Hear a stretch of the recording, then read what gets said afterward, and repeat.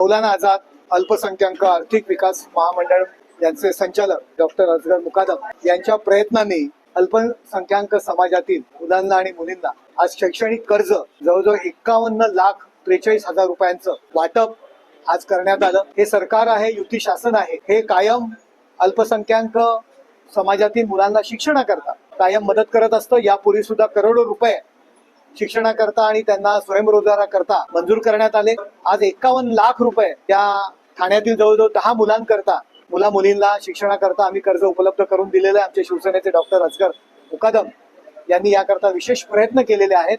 हे सरकार केवळ मतांकरता अल्पसंख्याकांचा उपयोग न करता खऱ्या अर्थाने शैक्षणिक आणि रोजगारामध्ये प्रगती व्हावी याकरता काम करत आहे। मी माननीय मुख्यमंत्री देवेंद्रजी फडणवीस, आमचे उपमुख्यमंत्री एकनाथ शिंदे साहेब आणि अजितदादा पवार आणि संपूर्ण युती शासनाचा खास करून विशेष आभार मानेन।